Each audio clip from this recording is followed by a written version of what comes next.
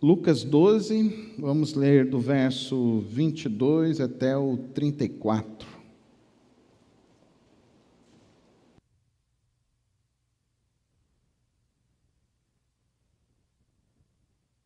Lucas 12, 22 a 34.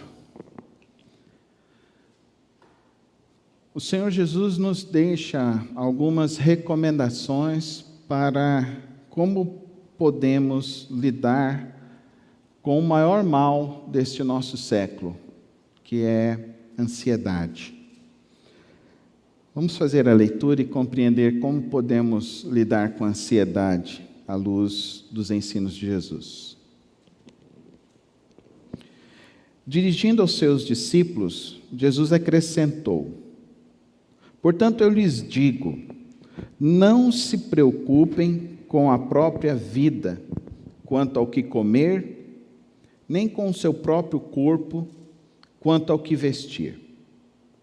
A vida é mais importante do que a comida e o corpo mais do que as roupas. Observem os corvos, não semeiam nem colhem, não têm armazéns nem celeiros, contudo, Deus os alimenta.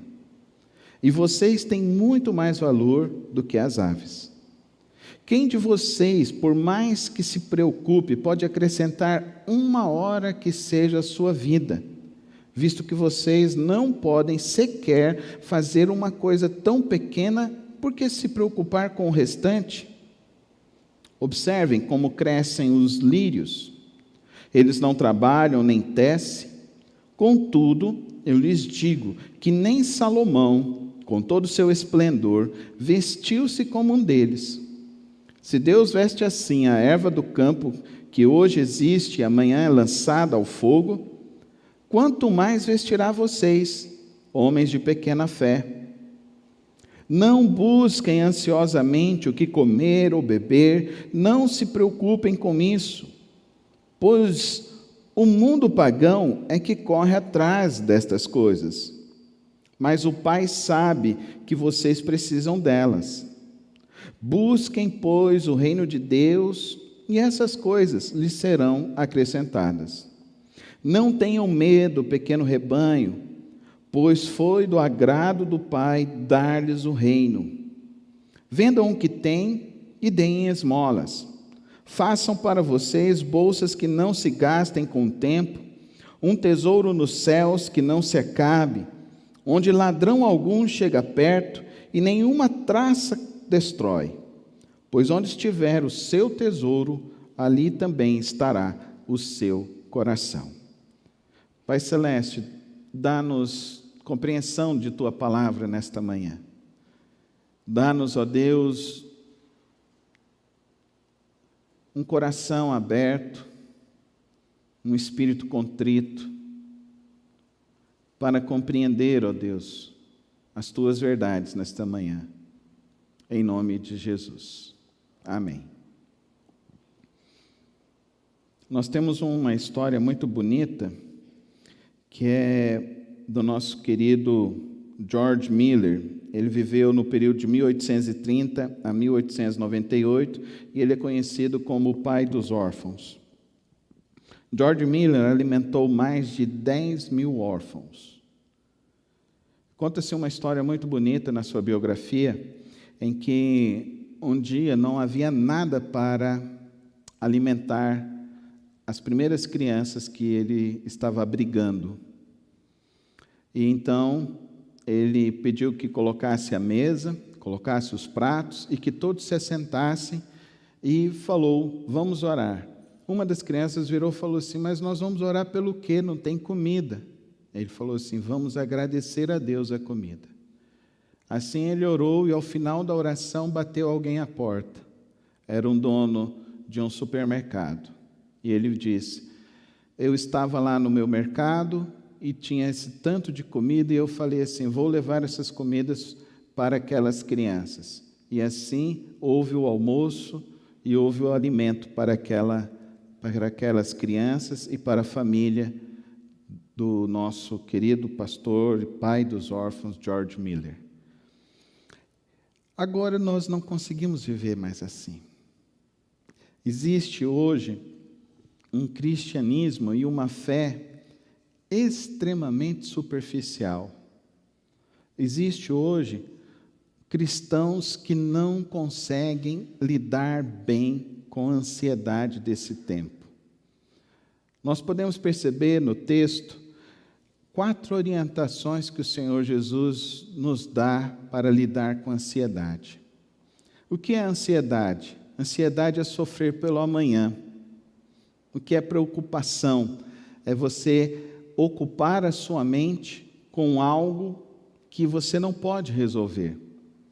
E todas as vezes que nós ocupamos a nossa mente, ocupamos o nosso coração com as coisas que nós não podemos resolver, muitas das vezes isso gera ansiedade. A ansiedade gera não só distúrbios, mas gera também desespero. Quantas pessoas estão cometendo o autoextermínio nesse período? Infelizmente, nós estamos sabendo, cada semana sabemos de 1, 2 ou até 3 casos da prática disso. Quantas pessoas estão sofrendo de ansiedade? Talvez você está entrando aqui hoje e sofra de ansiedade. Ansiedade hoje são os remédios que mais se vendem nas farmácias. Remédios ansiolíticos para que as pessoas consigam lidar com as suas ansiedades. Se preocupam agora principalmente com essa situação da pandemia, e é para se preocupar mesmo, mas não é para viver num estado de ansiedade e de descontrole.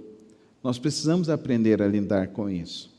Existe uma ansiedade positiva, existe uma preocupação positiva, mas existe uma ansiedade que é extremamente negativa e doentia, como também uma preocupação que gera doença de alma e doença no corpo. O Senhor Jesus, então, ele está ali finalizando o seu grande sermão, estão ali os seus discípulos. Aqui em Lucas nós estamos no Sermão da Montanha, no Sermão do Monte, e aqui o Senhor Jesus, então, ele falou de uma vida, como vimos semana passada, de uma vida que tentava se manter e se auto-justificar aqui na terra. Contou então a parábola daquele homem que houve uma grande produção, construiu um grande celeiro, e ele disse: pronto, agora minha alma pode se fartar, porque ela não vai passar mais necessidade. E Jesus disse: louco, hoje pedirão a tua alma. E vimos então semana passada que Jesus orientava os seus discípulos a não viver apenas pela vida do aqui e do agora.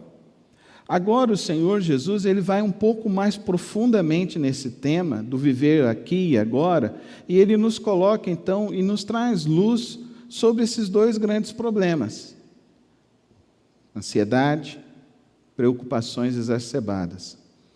Aqui então Jesus ele traz a primeira orientação para os seus discípulos.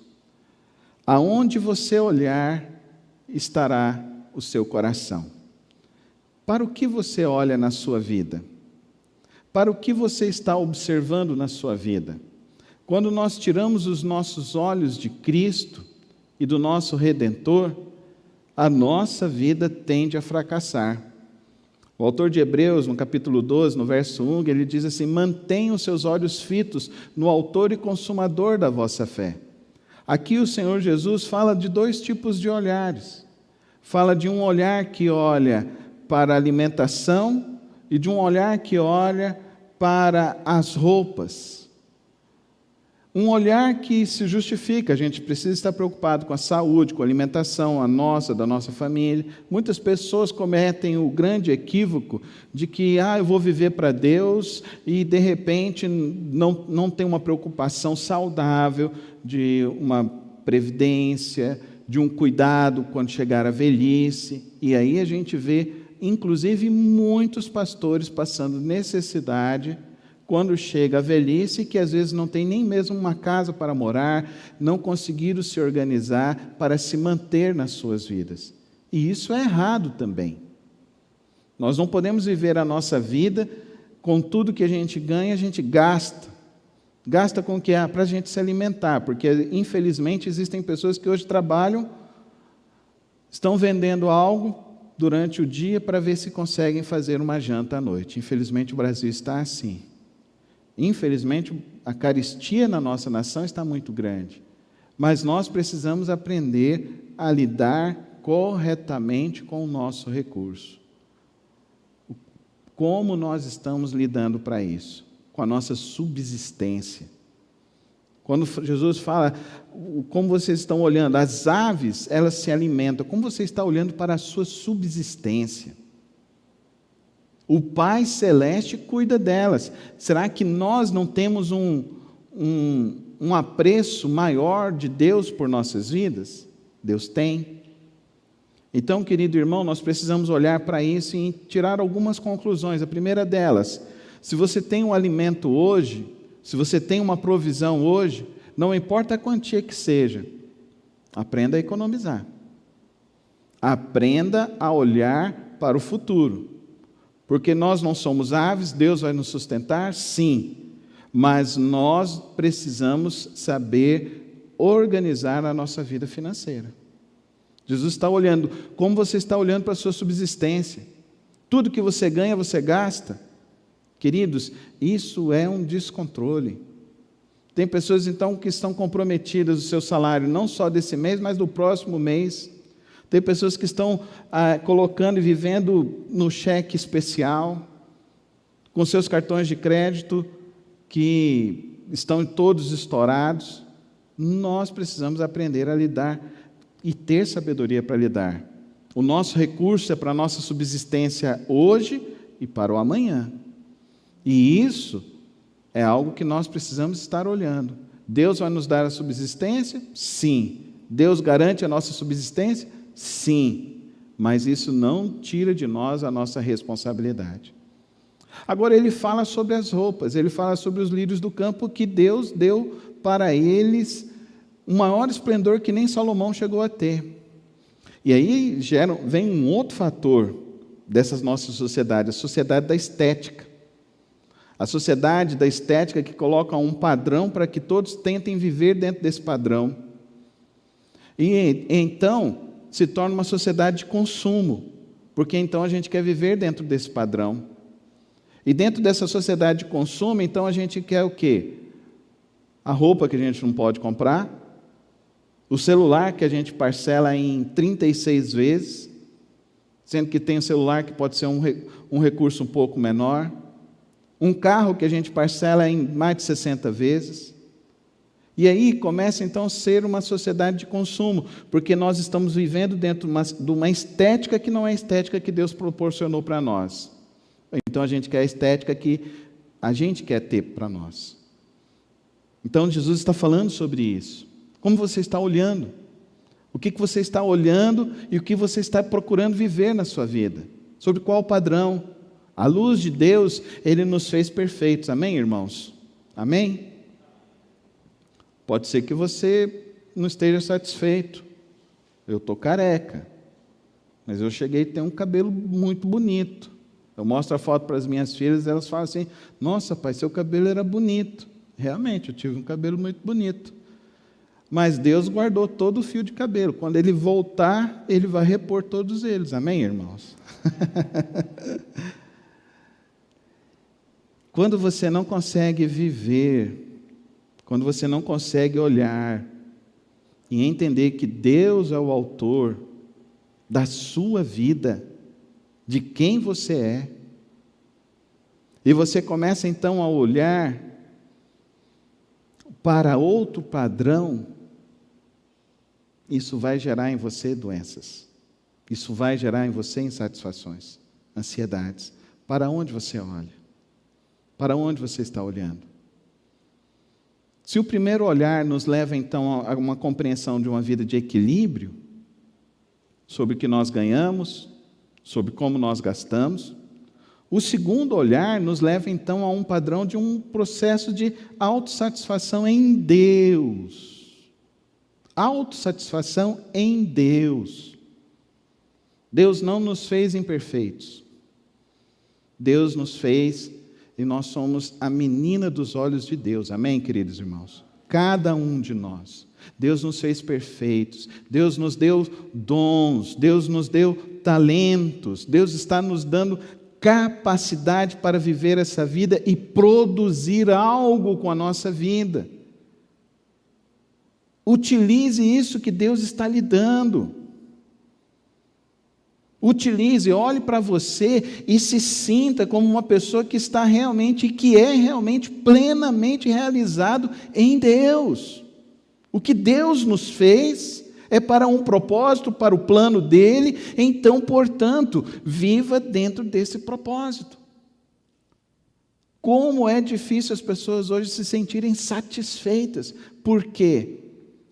Porque estão olhando para a vida de uma maneira negligente ou de uma maneira extremamente fantasiosa. Nós não vamos viver, às vezes, o que o outro vive, mas você pode entender que Deus está com você para você viver uma vida plena.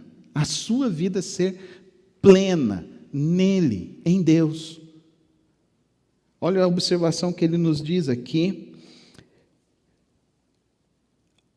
Como crescem os lírios, eles não trabalham nem tecem, contudo eu lhes digo que nem Salomão com todo o seu esplendor vestiu-se como um deles. Se Deus veste assim a erva do campo, que hoje existe e amanhã lançada fora, quanto mais vestirá vocês, homens de pequena fé. Quanto mais.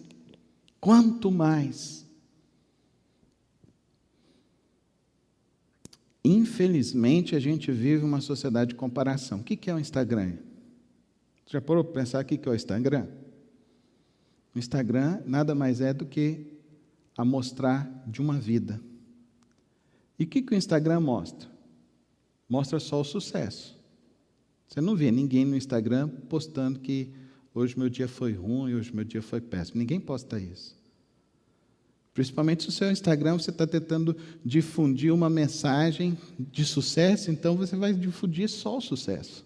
Os seus dias ruins você não vai difundir ali no Instagram. Então é uma festa, é um churrasco, é uma viagem. Mas as horas negras da tua vida, os dias difíceis da tua vida, não se põe lá. Nos leva a olhar o quê? Uma vida que nós não temos. Nos leva a desejar o quê? Uma vida que nós não temos. Uma vida que às vezes nós não conseguimos viver. E que nós também não fomos preparados para viver essa vida. No campo da estética, pessoas que têm corpos perfeitos, né? Que as pessoas falam, corpos perfeitos. Não, o corpo perfeito é um corpo saudável. É isso que nós precisamos entender. O nosso corpo precisa ser saudável. Então a gente não precisa ter um corpo que seja uma amostragem para o outro. Então a gente vive uma sociedade extremamente perversa, que leva as pessoas a viverem um tipo de estética que é fora do seu próprio padrão de vida, fora do padrão que Deus lhe deu para viver. Não estou querendo condenar, mas pastor, eu quero fazer uma cirurgia plástica, Não, faça. Mas eu condeno se você vai fazer uma cirurgia plástica e você vai depois passar anos e anos em dificuldade financeira. Isso eu condeno. Isso é um descontrole, isso é ruim. Depois você vai fazer uma cirurgia plástica e isso aí você vai viver anos e anos e anos com sérios problemas de saúde, como realmente acontece, porque às vezes escolhe um mau profissional. A maneira como nós olhamos para a nossa vida, queridos irmãos, determina as nossas preocupações e a nossa ansiedade. Qual é a solução de Jesus, então, para nós? A primeira delas, ele diz assim, verso 25. Quem de vocês, por mais que se preocupe, possa acrescentar uma hora que seja a sua vida? Solução de Jesus. Reconheça as suas limitações. Não queira viver nem além e nem aquém daquilo que você é. Aprenda a viver uma vida equilibrada. O que Deus fez, o que Deus te colocou, a maneira como Deus te presenteou, a maneira como você chegou até aqui, é pela mão da graça de Deus. Como nós vamos viver daqui para frente? Segundo a orientação do Senhor Jesus, Ele nos coloca aqui, verso 28, aliás, verso 31, desculpe, irmãos. Busquem, pois, o reino de Deus e essas coisas lhes serão acrescentadas. Segunda dica que o Senhor Jesus nos deixa aqui, queridos irmãos. Busque o reino de Deus. O autor, Mateus, ele fala, buscai, pois, em primeiro lugar o reino de Deus. Lucas diz, busquem, pois, o reino de Deus e estas coisas lhes serão acrescentadas. Queridos irmãos, quando nós olhamos mais para Deus, nós vamos compreender mais do amor, da graça e do poder dele. E quanto mais nós olhamos para Deus e olhamos para a nossa vida em relação ao que Deus está nos dando, nós vamos viver uma vida mais equilibrada e com mais satisfação. Porque nós vamos nos desconectar deste mundo de fantasia, deste mundo de estética, deste mundo de consumismo, e nós vamos nos preocupar muito mais com aquilo que é o essencial.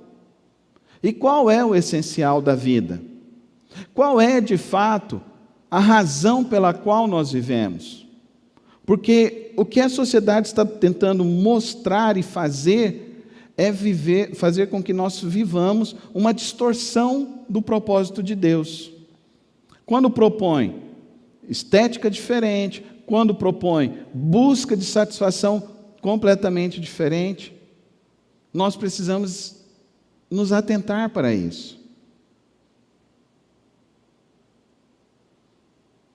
Eu fico impressionado com um daqueles vídeos, daquele acidente do Capitólio.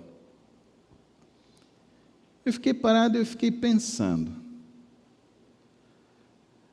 Tem um vídeo que mostra que a queda daquela água estava menor. E nesse mesmo vídeo, era um vídeo que não era muito comprido, era um vídeo que foi posto na internet, no Instagram, provavelmente. Era um vídeo de 1 minuto. Então, em menos de 10, 20 segundos, a queda de água, o volume dela se agigantou tremendamente. O que eu fiquei intrigado foi o seguinte: o que faz as pessoas a quererem desafiar a natureza? Porque pessoas foram com as suas embarcações, foram para mais próximo dessa queda d'água que estava se avolumando. O que é isso? É uma distorção contra a própria natureza da vida. Porque a natureza da vida, ela nos coloca um senso de preservação. Nós precisamos entender isso. O ser humano, o Homo sapiens, ele é racional. E o seu primeiro instinto é o seu instinto de preservação. Quando isso é distorcido, leva as pessoas a viverem o quê? Uma doença. E isso é uma doença. Um outro vídeo, várias e várias pessoas gritando para as pessoas: saiam daí, saiam daí, saiam daí. E as pessoas ainda lá, e uns ainda fazendo firula disso. Observe, querido irmão e querida irmã, isso é doença. A sociedade está doente. A proposta de lazer da sociedade não é uma proposta que te leva a um ócio saudável, a um descanso verdadeiro, a um descanso que te faz recompor as suas energias, recompor a sua mente, recompor a tua alma, recompor o teu espírito, recompor o teu corpo. E colocam isso como lazer e um padrão, então, e as pessoas então começam aí, e a quantidade de embarcações que estavam ali. E a quantidade de pessoas que estavam se expondo a esse perigo. Gosto muito de pescar. Sempre que dá uma oportunidade, eu pego minha tralha e vou pescar. Mas a primeira regra que a gente tem, respeite a natureza.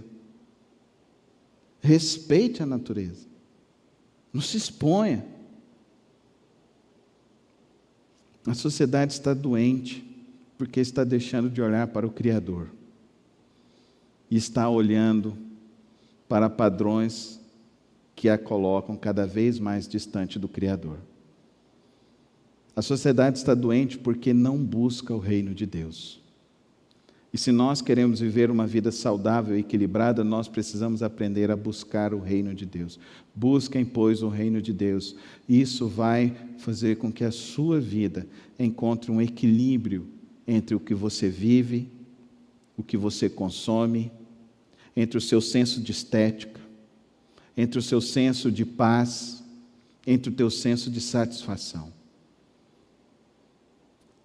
E a última recomendação que o Senhor Jesus diz é assim: não tenham medo, pequeno rebanho, pois foi do agrado do Pai dar-lhes o reino.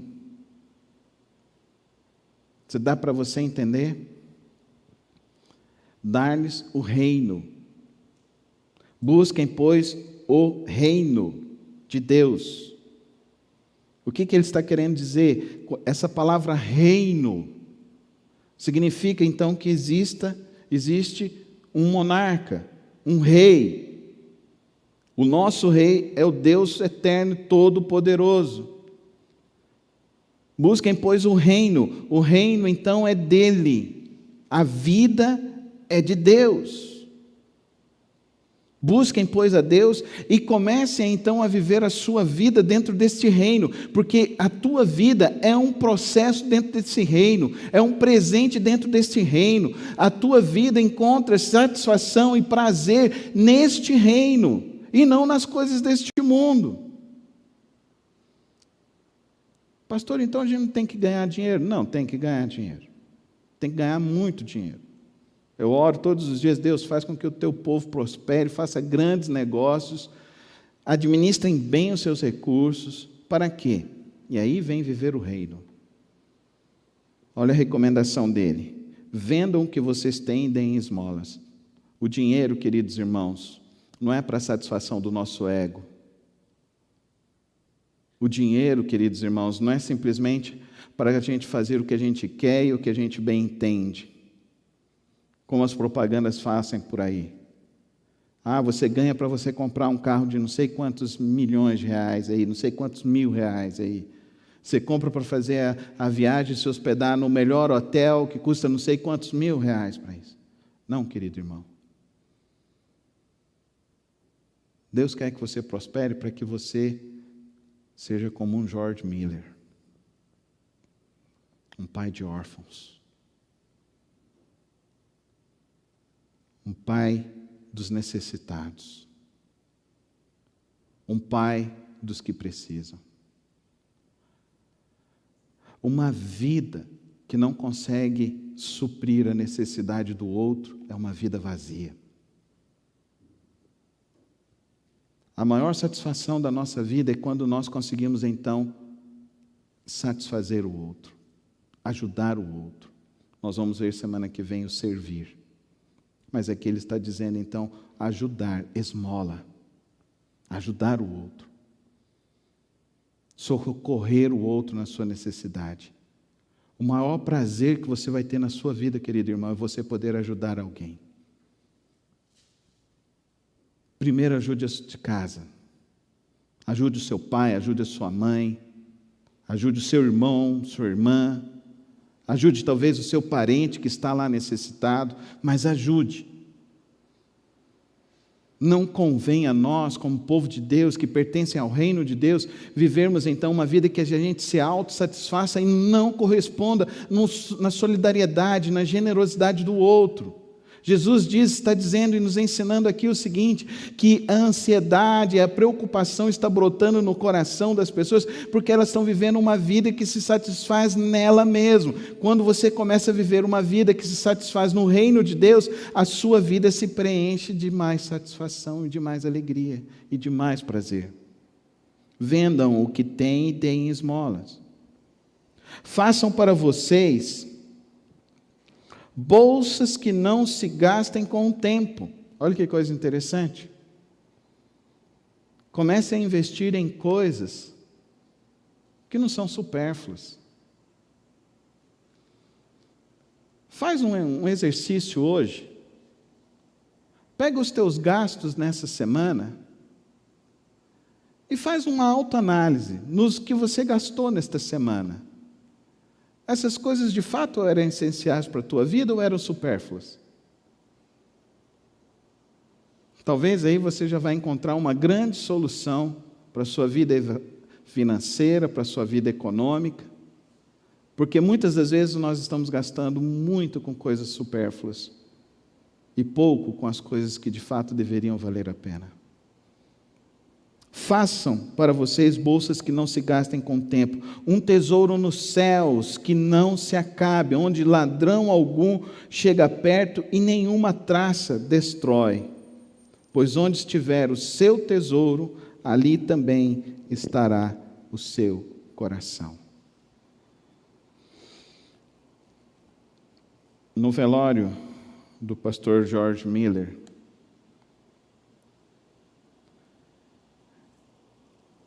diz que passaram mais de 5.000 pessoas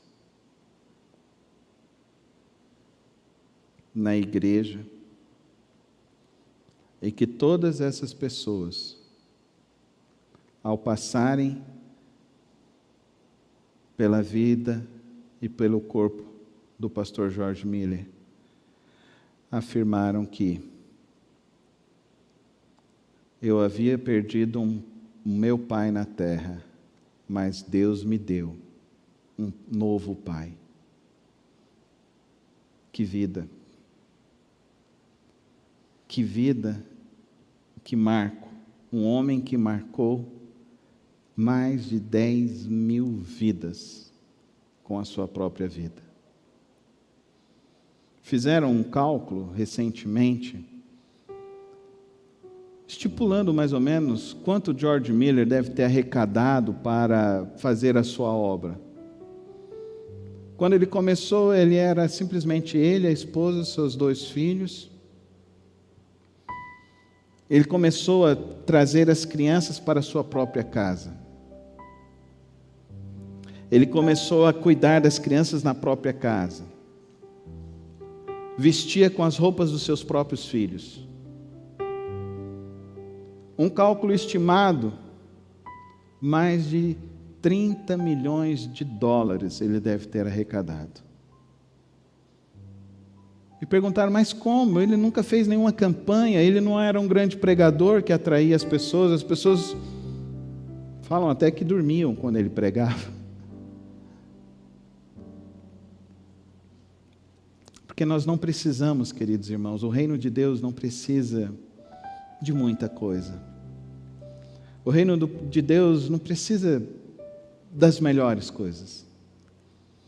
O reino de Deus precisa de corações verdadeiros, que olham para Deus e confiam que tudo é dele, que o reino é dele e que as nossas vidas é dele também. Como vamos lidar com a ansiedade desse tempo? Olhe mais para Deus. Olhe mais para o Senhor. Como vamos lidar com a preocupação desses dias, pastor? Olhe mais para Deus. Ouça mais a Deus. Busquem, pois, o reino de Deus. E essas coisas vos serão acrescentadas. A satisfação será maior no teu coração. O prazer será maior no teu coração. O equilíbrio da tua vida será melhor. E você desfrutará de uma paz que esse mundo não pode dar. A paz que vem do reino de Deus. Feche os teus olhos. Coloca a tua vida diante dele. Qual é o anseio da tua vida para esse ano? Qual é o anseio dos teus planos, dos teus propósitos? Qual é o teu anseio?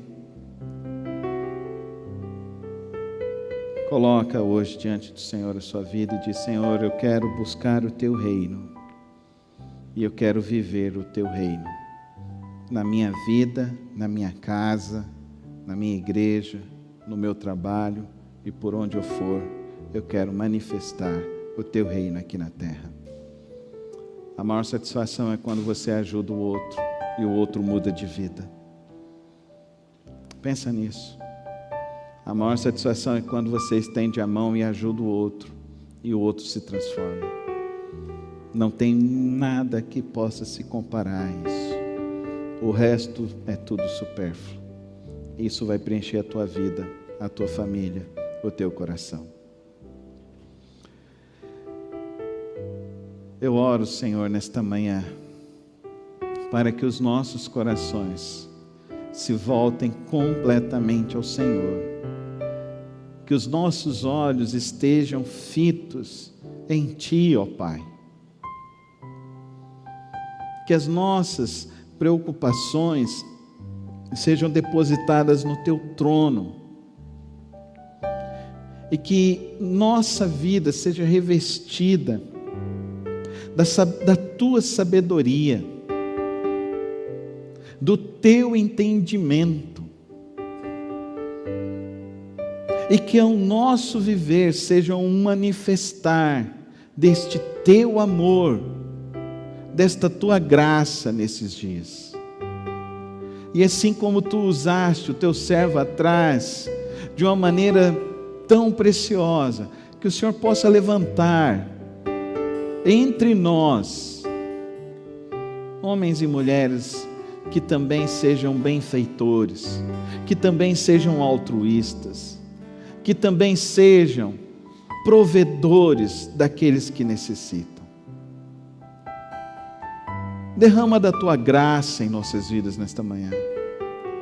Derrama, ó Deus, do Teu poder sobre nossas vidas nesta manhã, para que nós não venhamos a nos perder nesse tempo, para que a gente não venha se perder com as coisas deste mundo, mas que nós possamos entender, ó Pai, que nós somos o Teu propósito, o Teu projeto para este tempo, neste mundo. Toma as nossas vidas, em nome de Jesus. Amém e amém.